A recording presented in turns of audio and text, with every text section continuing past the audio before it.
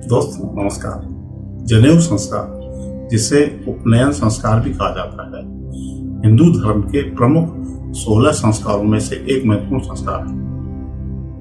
यह बालक के जीवन में शिक्षा और आध्यात्मिक जीवन की शुरुआत का प्रतीक माना जाता है। जनेऊ संस्कार में बालक को यज्ञोपवीत यानी जनेऊ धारण कराया जाता है। इसके साथ ही उसे गायत्री मंत्र का उपदेश दिया जाता है और उसे आधिकारिक रूप से विद्यार्थी घोषित किया जाता है। उपनयन यानी उपवनयन, इसका अर्थ होता है गुरु के पास ले जाना, ज्ञान की ओर अग्रसर करना। परंपरागत रूप से ब्राह्मण बालक का 8 वर्ष के आसपास, क्षत्रिय का 11 वर्ष और वैश्य का 12 वर्ष की उम्र में जनेऊ संस्कार होता है। हालांकि आजकल यह उम्र और परंपराएं परिवार अनुसार बदल जाती हैं।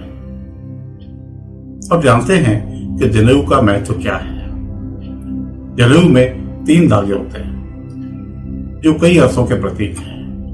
एक देव ऋण यानी ईश्वर के प्रति कर्तव्य, दूसरा पितृ ऋण यानी पूर्वजों के प्रति कर्तव्य, और तीसरा ऋषि ऋण यानी ज्ञान देने वालों के प्रति कर्तव्य। कुछ लोग इसे सत्व, रज और तम 3 गुणों का प्रतीक भी मानते हैं। इस संस्कार में पहले स्नान और शुद्धि की जाती है, फिर यज्ञ होता है और उसके बाद गुरु द्वारा जनेऊ धारण कराया जाता है। गायत्री मंत्र का उपदेश दिया जाता है। इसका आध्यात्मिक और सामाजिक महत्व यह है कि यह बचपन से जिम्मेदारी की ओर एक कदम है। यह व्यक्ति को अनुशासन, अध्ययन और धर्म पालन के लिए प्रेरित करता है।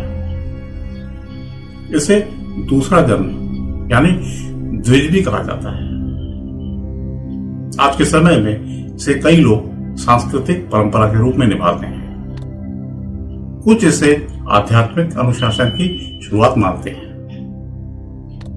वहीं कुछ लोग इसे जाति आधारित परंपरा मानकर इसकी आलोचना भी करते हैं।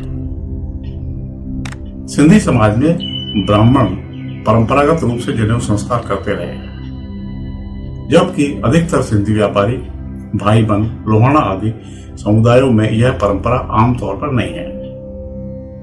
यानी यह पूरे सिंधी समाज का अनिवार्य संस्कार कभी नहीं रहा। हाँ, सिंधी समुदाय में विवाह के अवसर पर प्रतीकात्मक रूप से जनेऊ धारण करवाने की परंपरा है।